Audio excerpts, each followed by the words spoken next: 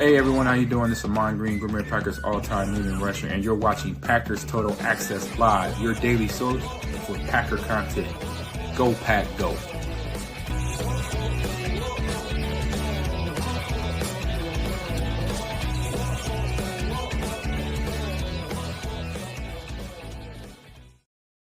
What's up, guys? Welcome into Packers Total Access. My name is Clayton. You can check us out on Packernet.com. Find me on Twitter at Packers_Access. We are flying solo this evening. Hopefully, everybody's having an awesome weekend as we're winding it down here on this glorious May the 11th. Getting ready for another work week and excited to talk a little Packers with everybody here tonight. I see the chat is already filling up, man. We got a bunch of people in here. Got a lot of good feedback on the Matthew Golden Chalk Talk episode. If you guys haven't checked that out, make sure you check it out after this stream ends. It's already up over on our YouTube channel. We just kind of edited and cut it out of a past episode that we did, so we've got it kind of right there for your just easy access, I guess you could say. And I want to say this. Rumble is currently down in terms of connecting with StreamYard. So if you're wondering why we haven't been live on Rumble the last few days, I've been setting it up and it's just not going live there. It doesn't look like it's live tonight. So hopefully they'll get that up and running here real soon. As I sent them an email, and unlike YouTube, they actually emailed me right back, said, hey, we're aware of the problem. We're trying to get it straightened out. So we'll probably hold off on the Baron Sorrell Chalk Talk for that reason, because I'd like it to be able to go over onto Rumble as well. So that's kind of where we're at there. Let's see who all is in the chat here as everybody's filing in. We got Daryl in the house, Josh Vallandigham, Brenton, Indiana, Taylor, the Packers News. We've got Mountain Man Pack, United Bates, Chris the Casual, Ian, everybody filing in here. Holmes, what's up, buddy? Good to see you. Let's see, Biz. We got Biz 1987 in the house. We got Greg Rice. Haven't seen Affam yet. There's Mountain Man Pack. We already said him. Where's Affam at? Is he doing okay this evening? I wonder if he's doing all right. You guys, you don't think that mustache got him in trouble, do you? Just curious on that. Clint, the armchair quarterback, gifted 10 Packer fan total access memberships. Thank you so much, Clint. Appreciate you there, pal. And obviously everybody will get access to the custom emojis there, like the Michael Myers, Edgerrin Cooper emoji, all that stuff. Just little perks to being a member here on YouTube. We appreciate y'all for that. Thank you so much for that dono there, Clint. You are the man. Holmes says, understood, Clay. It's always something, right, bro? Man, I can't keep – and, me having the low self-image that I have, it's immediately, what did I screw up, right? And this time I emailed them and say, hey, I'm doing something wrong. They're like, no, you're not, bub. It's on our end. You're good. So hopefully we can get it straightened out. There you go. Chris the Casual in sees the emoji. Good deal, man. All right, so let's get into a little Patreon questions real quick and hit those. There's been a couple in there sitting for a few days, and I hadn't had a chance to hit them. We've been so consumed with other content. Rodney Jens in there said, I ran across this article the other day about trading Quay Walker for Trey Hendrickson. There are others as well with multiple trade partners for him. And I did check out the article. And listen, I want to be very clear, and I gotta be careful with this type of stuff, Rodney, because you guys know there's articles like this that go out like crazy every year, right? And especially this time of the year. And these are they're not even rumors. It's just suggestions, right? Like, hey, this trade might make sense. So if you're talking in terms of potentially trading Quay Walker and what it would take, if you're telling me you could get Trey Hendrickson for Quay Walker, I would definitely entertain that offer. And as a matter of fact, I think that's what Elijah may have said then here. Let's see. Elijah Gwynn says, maybe I'm alone on this, but I feel very comfortable with our edge defenders after the draft. I think losing Quay would hurt more than gaining Trey would help. And I think that's a solid point. If you're telling me you could get Trey Hendrickson in a straight up trade for Quay and you don't see Quay Walker as like a part of the future in your middle linebacker room, which I personally don't think that's how Goody sees it. Now, you got two sides to the coin when it comes to Quay Walker and his situation. You're entering the last year of your contract. They chose to not pick up the fifth-year option because of the edge player inflation on that number. If it had been, at $8 or $9 million for inside linebackers, I think they would have picked it up, to be honest with you. What I'm saying is I think Goody wants to extend Quay Walker to a long-term deal. I'm not saying that's what I would do. Now, for the right price, absolutely. We kind of talked about somewhere between $5 to $8 million per. Yeah, I'm on board. But when you look at it from Quay's standpoint, he's got to be going, man, if I can just get out of here this year, not that he doesn't want to be a Green Bay Packer, but if I can just get to the market, I think his market will go through the roof.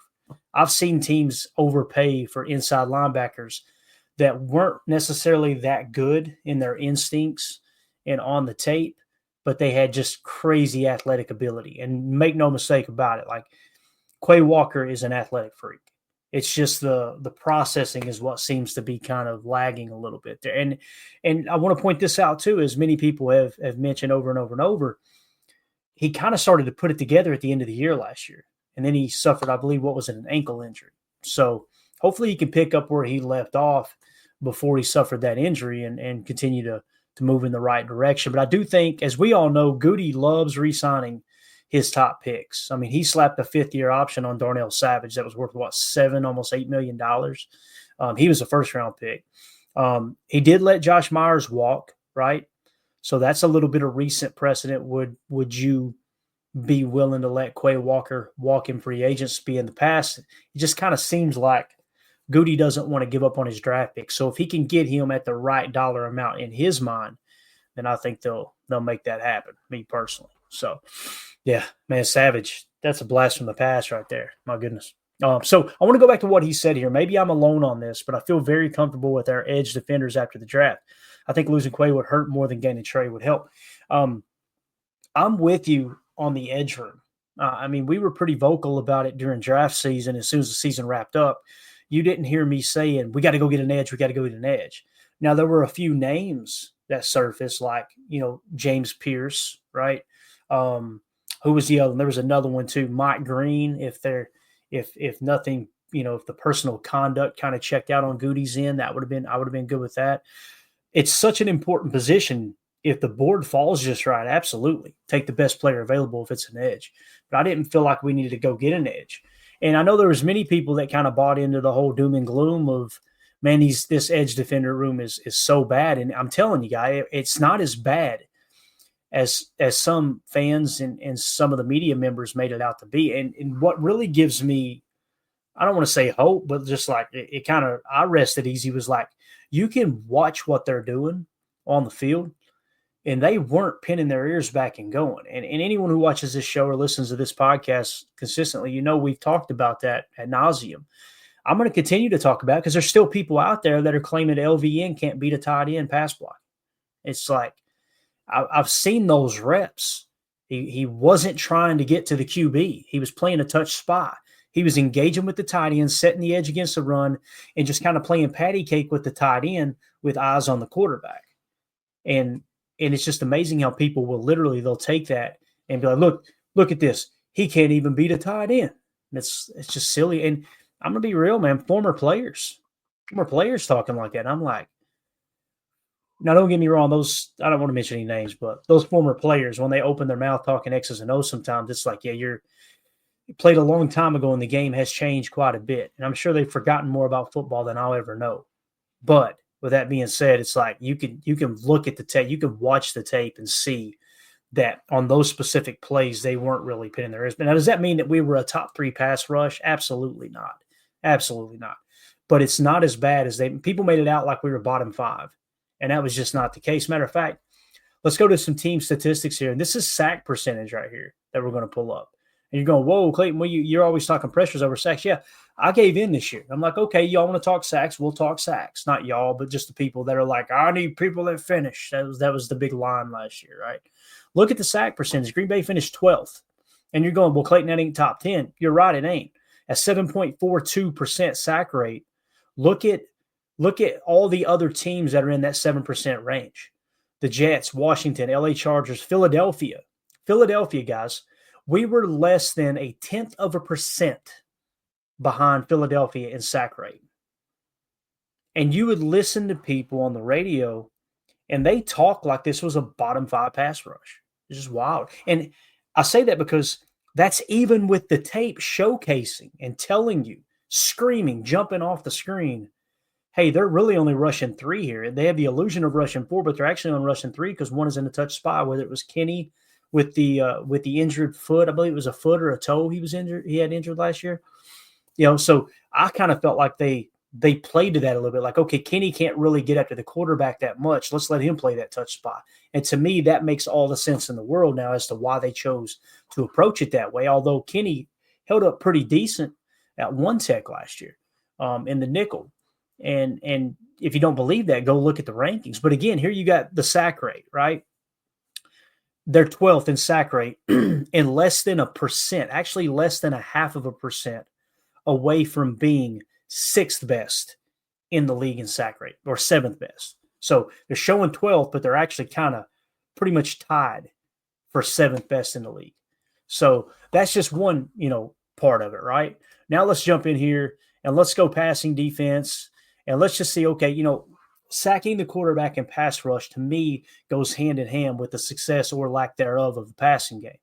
So what was the opponent's yards per pass attempt, right? We've talked about this before. We're going to hit it again, though. They keep trying to get me with a copy right here. I'm just telling you right now, man. I don't know why, but that keeps popping up, and it's a baseball game highlight, and they're trying to nail me on this website. So here we are with yards per pass attempt. So what this statistic tells you is every time the opponent passed the football, right, how many, you take all those attempts and you divide it by how many passing yards they had against your team, right, or against, against the opponent. And that's going to tell you how many yards they averaged. Every time they dropped back, they averaged gaining this many yards. First place is the Philadelphia Eagles at 5.6 yards per pass attempt. The Packers are showing in the 10 spot, but if you look at the numbers, they're actually tied for 8th in yards per pass attempt. So again, that goes hand in hand, in my opinion, with the coverage and with the pass rush.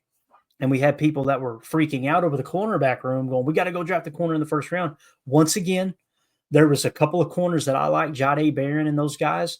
I would have been totally on board with them drafting one of those in the first round if the board fell just right. But it fell in a way that Goody obviously wanted to take a wide receiver.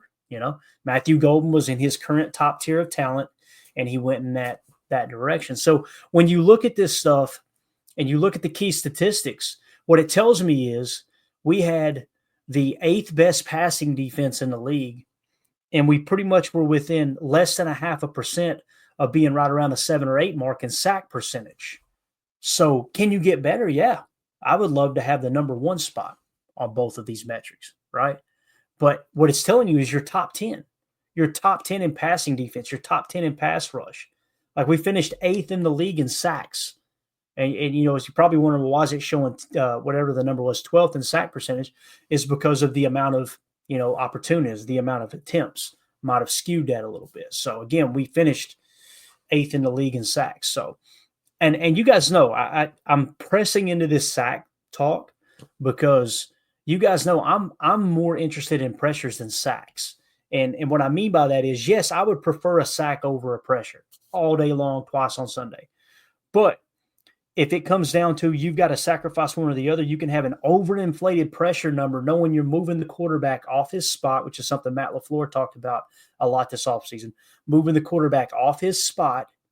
And again, when you do that, what happens? Pressure, pick, right? Pressure, pick, coverage, sack. When you've got great coverage, sometimes the ball has to be held for more than 2.5 seconds. The quarterback takes a sack because you had good coverage, right? It might be a press man technique, whatever it may be.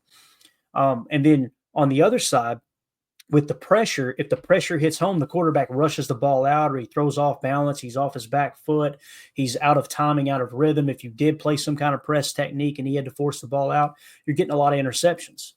You don't go out and get as many interceptions as the Green Bay Packer defense did the first half of the season last year without pressuring the quarterback. I'm sorry. It just doesn't happen. So I prefer, like, what I mean by that is, let's say you could choose between 10 sacks or 20 pressures. And what I mean by that is, would you rather have your guys have 10 sacks and only 12 pressures, or would you rather have 20 pressures with 8 sacks? The 10 sacks looks better than the 8 sacks. But again, if you're moving the quarterback off his spot and you're getting pressure on him more consistently, I lean towards that as opposed to, man, look at us, we're great at sacks. I'm pressing in the sack numbers like this simply because I know people that way. As soon as you mention pressure in the quarterback, they're like, that's, That's not finishing. That's not finishing. That's what I heard all year long. So anyway, that's a little bit of pass rush talk. Now, while we're in here looking at the team statistics from last year, let's take a quick look at the rushing defense. And I like to go with opponent yards per rush attempt. There it is again. About got me. See it? Now we got ads flying. Here we go. Go check out Verbo. All right. Get you a good Verbo. So we finished second in the league in rushing yards per attempt. All right. Notice Denver's 4, we are 4, sitting at 4.0. Only Baltimore had a better run defense than us. And I like yards per attempt over yards per game because you can get overinflated yards per game allowed. I don't even know what the Packers allowed rushing yards wise per game. I could care less, to be honest with you, because to me, this is the more important number. If you got a team, let's say you turn the ball over 3 times, you gave them 3 extra possessions, they moved the ball, they picked up 2 extra first downs, and that gained them another 23 yards rushing.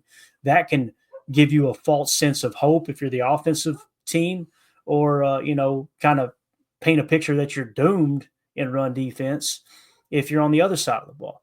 I like the yards per attempt more than just about anything. The EPA allowed, I really like that as well, but I really like this website here with Team Rankings. Just really, really simple for me. So that being said, we finished second in rush defense, and we had a top 10 pass defense. I think I feel comfortable saying we're right around the 7 or 8 mark in pass defense. So that's why, to go back to the original Patreon comment there from Elijah Gwynn, I don't look at the edge room and go, oh no. That's the other thing. Like with this yards per rush allowed at 4.0, Rashawn Gary led the entire National Football. Last I heard, in the entire National Football League, he led all edge defenders in run stop percentage, which means he prevented the play from becoming a first down by tackling the ball carrier on a running play, right? So it was so obvious. The tape shows it. The numbers reflected it. The lack of pass rush and sack numbers went down as well. That lines up with what the tape's showing us. We see Kenny playing a touch spy. We see LVM playing a little touch spy at times. Everything just plays into the whole, okay, Hafley came in here and he said, here's the game plan, guys. We're stopping the damn run. That's what we're doing. Period. Case closed. And then along the way, you got into some really good pass rush games like Tennessee, right? And others where they got after the quarterback. Why? Because they jumped up to a big lead. If you look at any game where the Packers had a 2-score lead, you'll see that they had really, really good pressure on the quarterback down the stretch. Why? Because Hafley turned them loose. And I know there's going to be some fans that don't like that. They're going to immediately go back to the Joe Barry talk of, he's just playing like – I heard that a couple times last year. This looks just like Joe Barry's defense. They're playing soft. Guys, everything's situational. Like, if someone were to hop in the chat and say, Clayton, do you think they played soft last year? I'd go, where do you want me to start? What game? Hell, what series, right? Because every series is different. You're going to attack you're going to attack an offense differently based off the personnel, based off the down and distance, based off the score of the game, based off your opponent, based off your injury situation, right? You may go into a game plan one week and go, man, we're down an edge defender. We're going to be a little weak in the pass rush anyway. Let's make sure we take away the run. We're probably not going to hit home with the quarterback, but let's make them one-dimensional in that aspect and see if our secondary can make a play. So, and again, I'm not the grand poobah of this stuff. I hope I don't come across sounding like that. I've got so much to learn. All I'm simply saying is don't take what I'm saying. Don't listen to my voice and go, well, Clayton said this, that must be right. No, cross-check it. Go watch the tape. Go check it yourself. That's how we all learn and hold each other accountable. So I'm just simply saying, when you hear that stuff, let it go through one ear and out the other, and you go do the research. You do the checking yourself. So hopefully all that makes sense. And I didn't plan on getting into a big pass rush talk there, but I'm glad we did it because I think it does apply going into this year. And I tell you, man, when we do get around to doing the Baron Sorrell Chalk Talk, hoo-wee, man. I try not to get excited about anything out of the first round. If you get a first-round pick, I feel like, okay, that first-round pick should probably contribute significantly. Anything after that, if they contribute their rookie year, that's a home run for me. That's just the way I look at the draft because it's such a difficult task to ask a 21, 22, 23-year-old kid to come into the National Football League and play against grown-ass men who have been working out full-time for a living for at least the last 2 or 3 years, some of them 7 or 8 years, and they know the tricks of the trade. But I kind of feel like that first rounder, man, they really need to contribute. And Goody doesn't even see the first rounder like that, to be honest with you. I don't think. It seems like they'll kind of hold those guys back a little bit. So anyway, yeah, exactly. Clay, that would require focus and effort, LOL. Yeah, and listen, that's the thing too. Like there's people hearing my voice that you don't want to watch the tape. You just want to get in there and have a hot take and have fun and talk ball and cut up with the chat, man. Hey, they thank God for fans like that, because I'm a nerd. I'll bore you to death with this stuff. So, I don't want it to come across like those people aren't welcome on our show or welcome to talk in here. And I know he was referring to probably the media that won't dive into it. But there's another guy on Twitter that cracks me up how he went to. I mean, this dude, he went down with the Titanic with Josh Myers, and it's like, man, and he's still convinced that Josh Myers is a good center. And I'm like, but you know how important center is in the NFL. And you're telling me that only one team was interested in Josh Myers at less than $2 million on a 1-year deal? Too drunk to taste that chicken. Just can't do it, man. Cannot do it. So, all right, there's a little pass rush talk. Now let's move along here to something else I wanted to hit on. Let's talk a little wide receiver room. It's kind of exciting. We drafted 2 receivers this year. Obviously, they took one in the first round.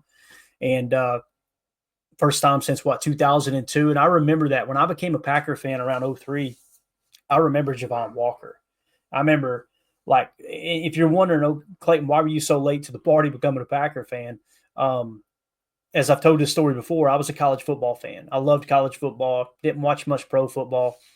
My brother, in and out of the Army, when he was in on leave from overseas, from the Persian Gulf and Desert Storm and everything, he would come home, and he was a big Steelers fan, and he got me watching pro football, and I loved it. And then when he went back, got redeployed and all that, it kind of took that out of me, that sad time that my big brother was having to go back over there where missiles were being fired and all that.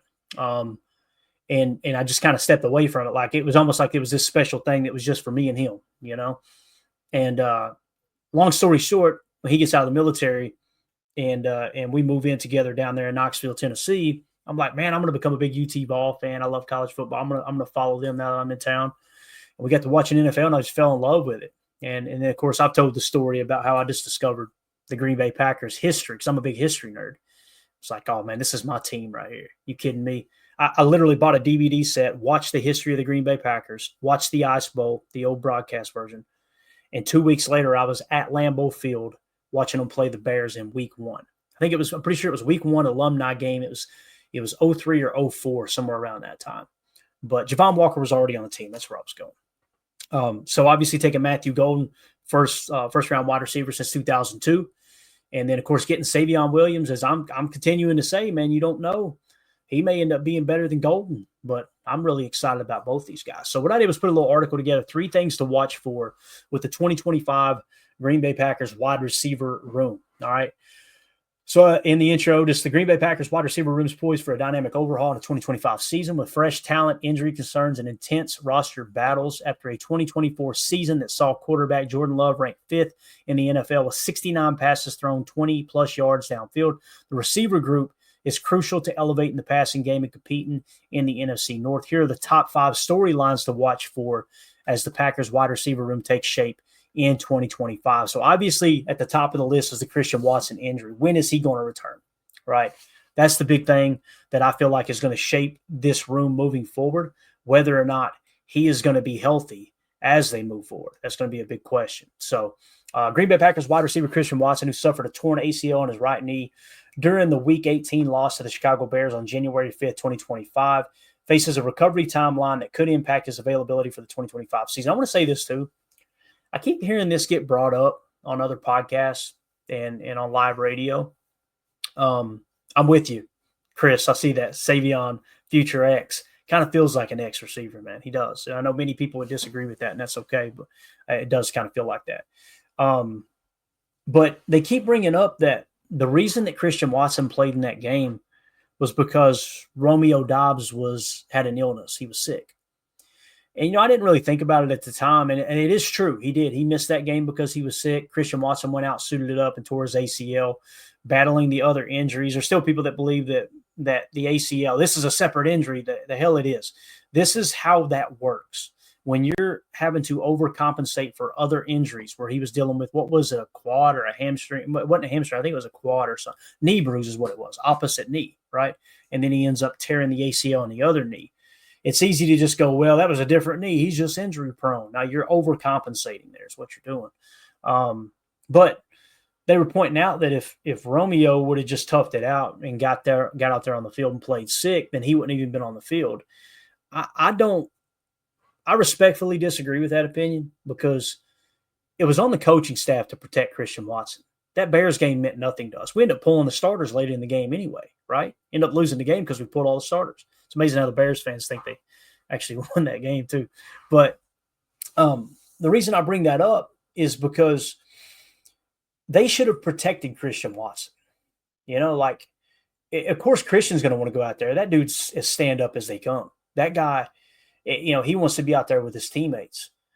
It's just us.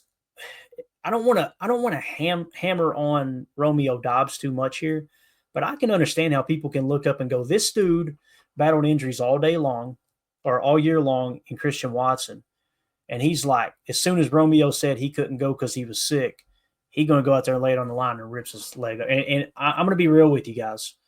There is a really, really, really good chance Christian Watson cost himself tens of millions of dollars.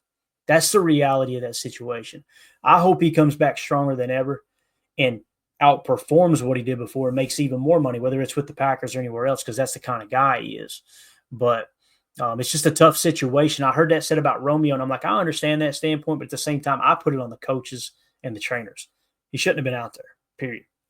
So you got to protect your players for sure. And he did.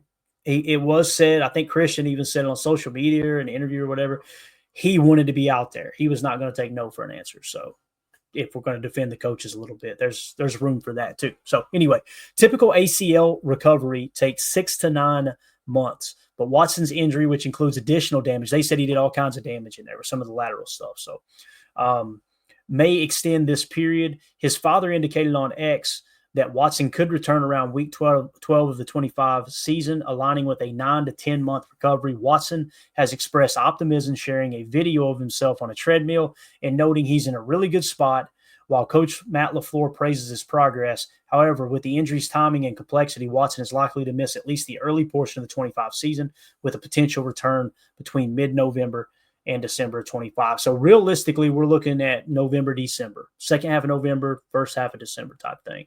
And I did hear too, I think it was on Wildy and Tausch, they talked about the other day that I think a student at a local school asked him if he would come and hang out for some kind of, I think it was, I could be wrong here. I want to say it was some kind of a fundraiser for charity, like where they do like a walkathon type thing.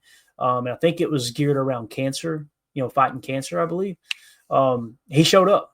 Kids just asked him to come. Yeah, he's out there. He was out there walking around stuff. They said he looked good. Now, listen, he, like Wildy said, walking in a charity event's much different than running for a 60-yard bomb, right? So, but it is a good sign, What if he does come back in like October, when he does come back, I want him to be healthy. That's the main thing. I don't want him to risk hurting that leg any more than he already has, for sure. So, yeah. All right, moving along. That's, again, Christian Watson. That's going to kind of shape this wide receiver room. Essentially, what you've got is, for a good portion of the season, you have an open slot at the top of the depth chart. At the top of the depth chart, right? So that leads us to the next question here. Number 2 on the list, Romeo Doubs trade rumors. All right. Romeo Doubs, a key wide receiver for the Green Bay Packers, faces swirling trade rumors heading into the 25 season, with speculation about a potential move before the campaign begins. Reports surfaced that the Packers offered Doubs to the Seahawks in a proposed deal for star wide receiver DK Metcalf, though no trade materialized. Additionally, Doubs has been linked to trade proposals involving the Pittsburgh Steelers, who are reportedly seeking to bolster their receiving core. These rumors come fresh off a season where Doubs was suspended for 1 game for no showing practice 2 days in a row for what many believe was, quote, unhappiness with his role in the offense, along with growing injury concerns after suffering 2 concussions. With the emergence of younger talents like first-round rookie Matthew Golden and established options like Jaden Reed, along with Dobbs entering the final year of his contract, the Packers may consider moving Dobbs, whose reliable hands and route running make him an attractive asset for contending teams. Trading Dobbs would open up the top of the receiver room for young players like Matthew Golden, Savion Williams, Dontavion Wicks to take his spot out on the perimeter. So there's a couple of different ways you can look at this, and we'll break it down here in the second part of this article here. But first of all, I want to say the fact that he was suspended for a game and he had those 2 concussion issues, right? That's going to drive his stock down, right? I don't expect to get hardly anything for Romeo Dobbs if they do decide to move on from him. Now, if you trade him and the team who's acquiring him agrees to take on that full salary, you are going to be freeing up something like $3.4 million. If it were me, and you could guarantee me the concussions are not going to be an issue, which no one can guarantee that. We all know that. And the personal issues with the coaching staff or the lack of being involved in the offense or unhappiness with his role, if you could tell me all that's gone, I would much rather have Romeo Dobbs for 1 year to allow Matthew Golden and Savion Williams to get their feet under him. If that makes sense. The issue is you can't guarantee me that the concussions are not going to be a problem, and you can't guarantee me that he's going to stay happy, especially seeing that you just drafted 2 wide receivers within the first 3 rounds. You're going to be looking to get them acclimated as soon as possible. So if he was upset last year, he's really going to be pissed this year, you know? So with that being said, if I'm Matt LaFleur and Brian Gutekunst, I'm sitting down with Romeo Dobbs or getting on a Skype call or something as soon as possible and saying, hey, man, where's your head at? What are you thinking here? What do you want to do? Do you want to be here or not for this year? And, do you want to come in, work your ass off, and potentially get paid like it? Or do you want us to trade you? What would you prefer? And I think that being upfront with people like that, not only do I think the player would appreciate it, not that you really care, because if they're not going to be on the roster, you're not going to be working with them anymore anyway.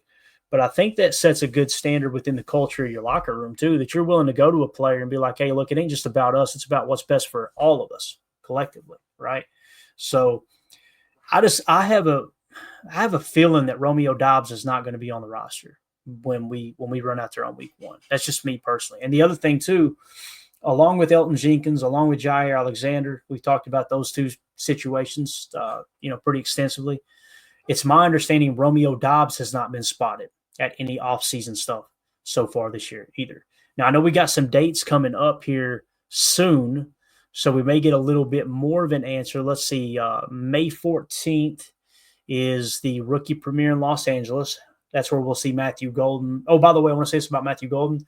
There's rumors that the jerseys have been pulled from the pro shop. So that makes me think, I wonder if him and Malik Willis have worked out a deal for him to get number 2 instead of wear 22. I heard some rumors. I don't know if there's any truth or validity to it, but we'll see. So, but anyway, back to the dates. I was trying to get an idea here. The schedule release is the 14th. We'll be live here on PTA Live at 7 p.m. Central to announce that. So it looks like May 28th. All right, May 28th is going to be OTAs, right? Now, that's not the mandatory mini camp, right? But that's OTAs that they're expected the players to be there. Now, in the past, Jaire's missed it. I think last year he showed up, though. That was a really, really positive sign for us that Jaire showed up for OTAs last year. I'm pretty sure I'm remembering that correctly. But if we don't see a Romeo Dobbs at these OTAs, we don't see Elton Jenkins at these OTAs. Jaire, I don't expect him to be there until they work out a deal. So I'm not as worried about that one. But those other 2, if Rome doesn't show up, that tells me he's wanting to trade. He's wanting out, right? If Elton doesn't show up, it tells me he's probably wanting a little bit of security in that contract where he's got this year and next year left, and they're asking him to move to center. So keep your eye on that as we move forward as well. All right, moving on to the third thing to watch here, battle for the top spot. I love this shot right here, too, of Matthew Golden. Let me see if I can zoom in so y'all can see it a little bit better. That fingertip catch right there, one-handed grab. Absolutely love it, man. So, battle for the top spot. I'm just going to read the article, and then let's just have a conversation about it. I'm going to try to get your all's take on the on the wide receiver room here towards the top of the depth chart, if you would. And I can pull a depth chart up here in a minute. You guys let me know in the chat what y'all think the depth chart will look like. But battle for the top spot with Christian Watson most likely to be on IR until November, and the Green Bay Packers' top perimeter wide receiver positions are up for grabs in 2025. With a heated competition among first-round rookie Matthew Golden, Romeo Doubs, Dontavion Wicks, Savion Williams, and Jaden Reed. You're going, whoa, on the perimeter, Clayton? Yeah. I think that's realistic. I do. If they come out of OTAs and Matt LaFleur says, I want Savion in the slot, let's say he says that, Jaden Reed can play Z. He can. I'm telling you, I've talked about this over and over and over. You look at his highlight reel, you'll see a good chunk, if not most of his highlights are him more than 25 yards down the field, making catches in double coverage, making a diving catch on the game-winning drive against the Saints in 23 his rookie year. He can play Z. Now, would I rather him be in the slot? Absolutely, because Savion, like Chris was saying earlier in the chat, with that big frame he's got, 6'3", 6'4", whatever, 222 pounds, I would love to see him at the X position. Him at the X, Jaden Reed in the slot. Now, who's going to play Z? Christian Watson is kind of your perfect Z, right? Being a speed demon like he is and being able to stretch the field side. But who's that going to be here? When you look at the names, Matthew Golden, Romeo Doubs, Dontavion Wicks, Savion Williams, and Jaden Reed. Let's say Jaden Reed's going to be in the slot. All right. Where's Dontavion Wicks? Well, he took a lot of reps away from Romeo Doubs playing boundary X last year, right? So maybe he's the answer at the X receiver position. That could be the case if Romeo Doubs isn't here. If Doubs is on the roster, though, my goodness, you've got Matthew Golden in the Z, right? Romeo Doubs in the X, Savion Williams backing up the X and also being able to play in the backfield and in the slot. Matthew Golden can play in the slot as well. Don't forget that. Dontavion Wicks can play in the slot, but he's going to be a solid backup at the X, right?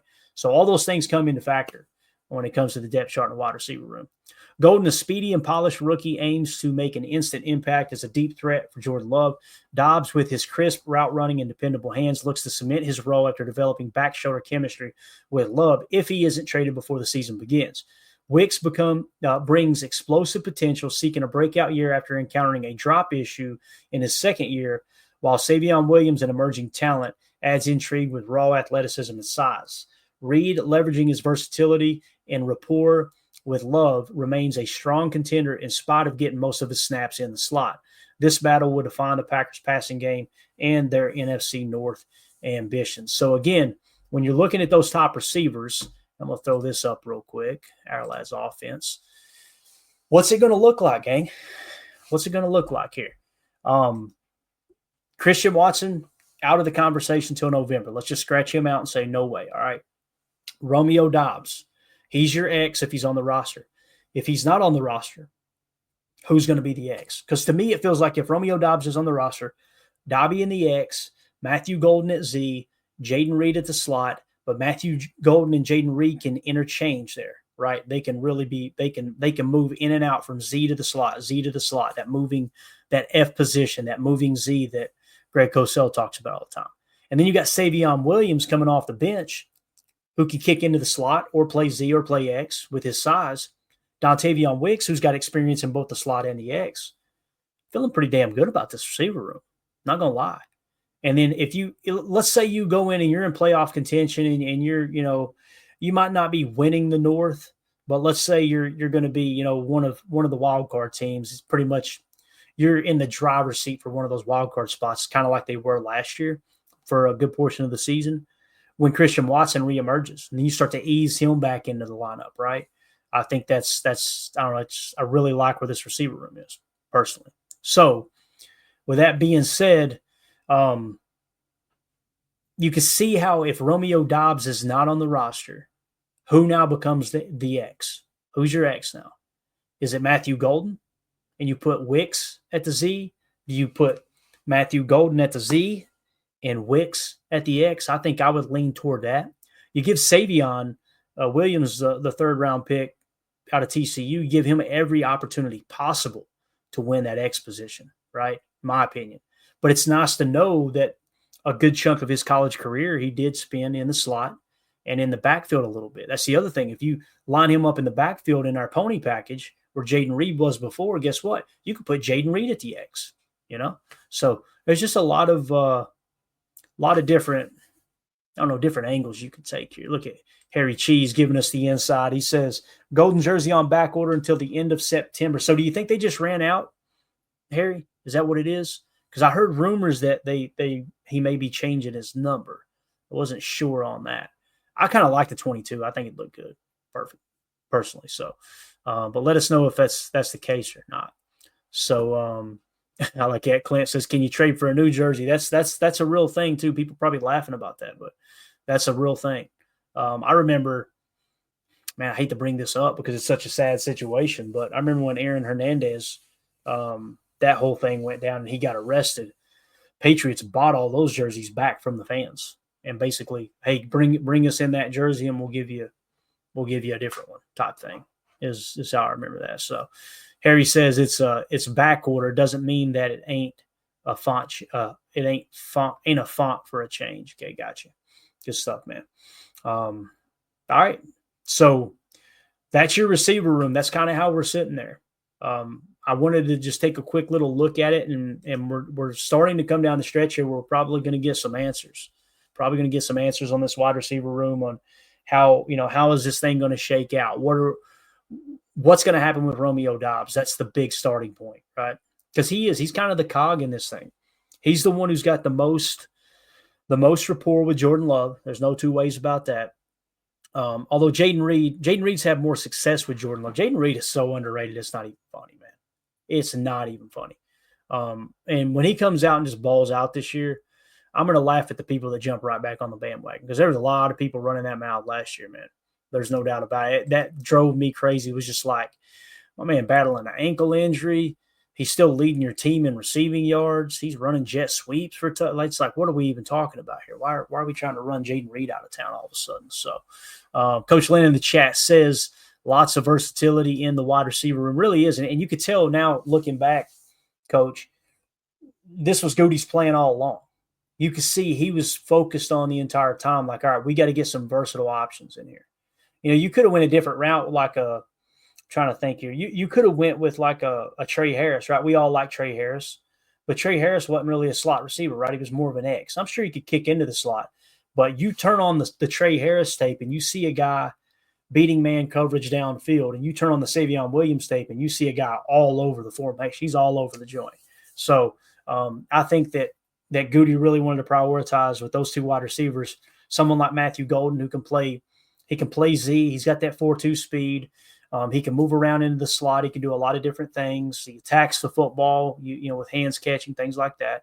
I don't know. I just kind of feels like he wanted to approach it from a versatility standpoint more so than anything. I think you're spot on there, Coach. Drew D says, do you think Golden will be ahead of Wicks? That's a great question, Drew. That's a great question. Matter of fact, let me take this down and pull that back up real quick. Do we think that Golden will be ahead of Wicks?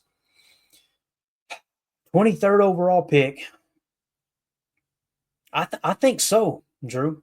But it's more of a deployment question, right? Like, I think Golden is going to be our Z receiver. That's what it kind of feels like.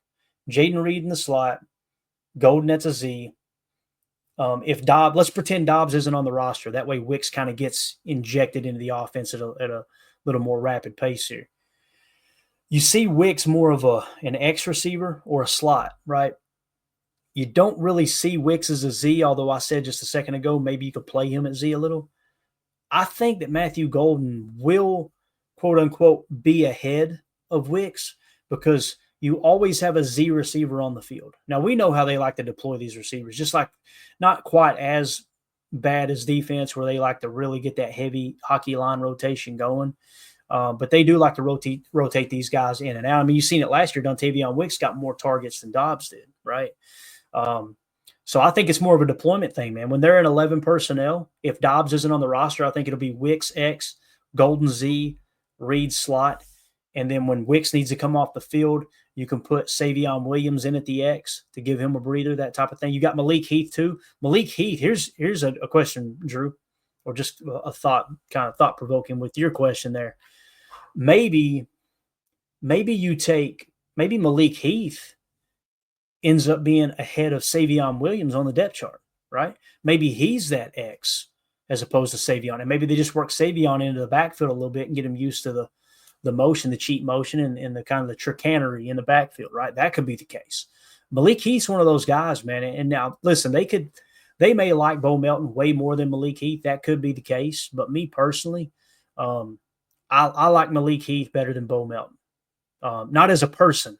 Bo Melton is unbelievable, man. That dude is, you talking about a top-notch guy, man. That guy is, I want him to make the roster. The problem is there's just not enough spots.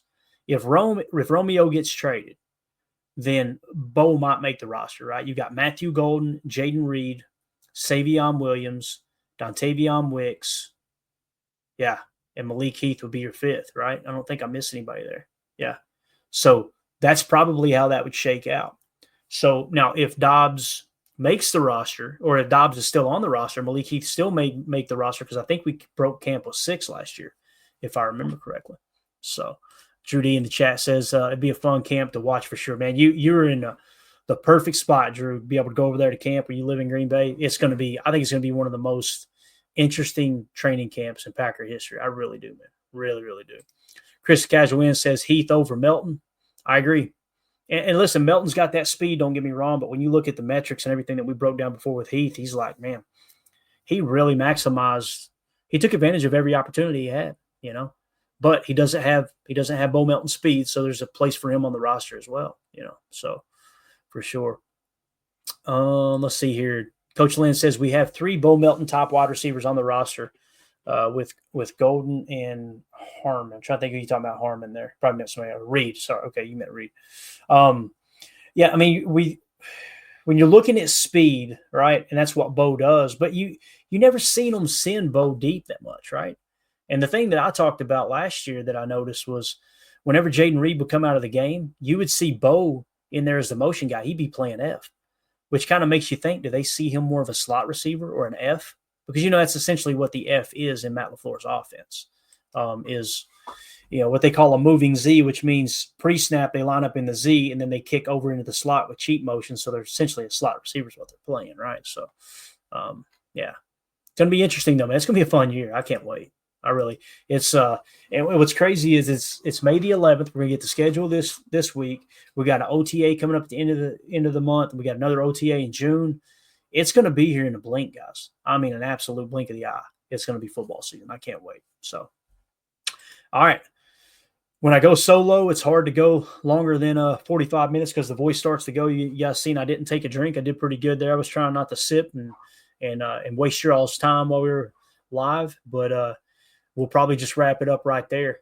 So tomorrow what we're going to get into is we'll get into Goody's draft history. I put an article together. You guys go check it out. You can get kind of a little jump on the gun and see what we're going to talk about tomorrow over at the Patreon group. It's the best way to support the show. I have people reach out all the time. They're like, hey, man, I want to support what you're doing there. Where can I send money? Do you have a Venmo? Do you have a PayPal? I say, hey, just go to patreon.com/Packer Fan Total Access. You can find the link in the description of this video. You can scan the QR code in the upper right. There's also a banner here I think the guys created. There you go. That's the best way to support the show. All right.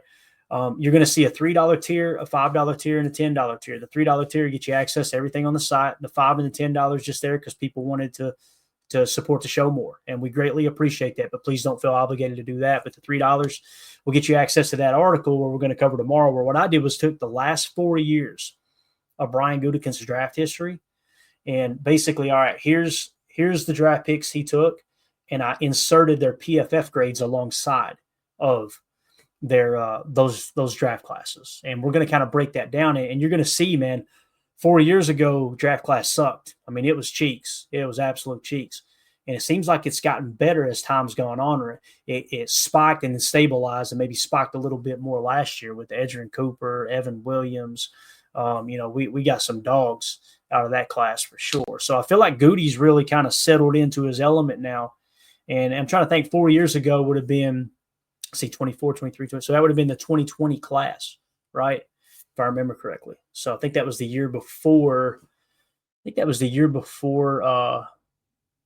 Jordan Love was drafted, but I could be wrong. I know Jordan Love was not a part of those draft classes. So yeah, we stopped just shy of his pick there. And don't get me wrong, that pick from Goody was absolutely huge. Anytime you hit on a franchise quarterback, that's like who cares what happens with the rest of the class? You got the most important piece in place if you believe Jordan is that guy. I personally do. I do believe that he's the guy. Do I think he's top 3? No. But I think he's a top 10 quarterback in the league when he's healthy. And I think this year with the emergence of Matthew Golden, if we hit on that one, if we hit on the Savion pick, and let's say Dontavion Wicks and Jaden Reed take another step, I think he's going to be just fine. Tucker Kraft, now you'll have a healthy Luke Musgrave. I hope he pops. I really like what Ben Sims brings to the table.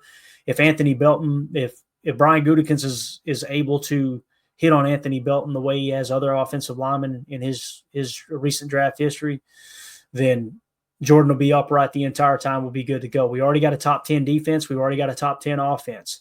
Now, we were the youngest team in the league last year, right? Let those second-year players kind of take that next step, right? And then you added a couple veterans in Aaron Banks and on offense, at left guard. You added a veteran in Nate Hobbs at cornerback on the defense. I feel like it's early, and I got to see the schedule. And, of course, we'll always throw that out there that, hey, man, it depends on if they stay healthy, if nothing freaky happens, that type of thing. But it's feeling like as we're last year, I was saying 10 to 13 wins. To me this year, it feels like 12 to 14 wins. Maybe probably 11 to 14. I like to give myself a little 3-game buffer there, I would say 11 to 14 wins, somewhere in that range is what it's feeling like right now. So Jordan stays healthy, and they can get this thing humming like they had it at certain parts of the year last year, and definitely in the second half of 2023. I think it's a legit shot that you can come out and win the North this year. Yeah, it's going to be tough. Don't get me wrong. The Lions are going to be a good team, but if those coordinators were so good that they deserved head coaching jobs, I can't imagine their team's going to be stronger without them, right?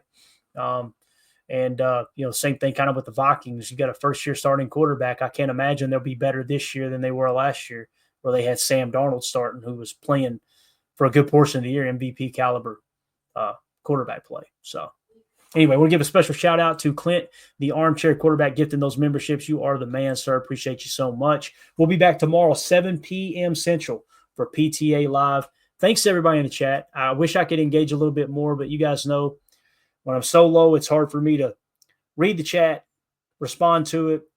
I thought about doing a show where we just go like a Q&A, kind of like a PTA daily chat or something like that, and just field questions, that type of thing. Super chats go to the front of the line and just kind of field questions. But I don't know. You guys give me some feedback in the Patreon group if you think that'd be a good idea or not. So anyway, thank you guys so much. We appreciate y'all. We'll see y'all tomorrow. As always, let's go out and be the change we want to see in the world, and go Pack. And we go. We out. Bye, guys.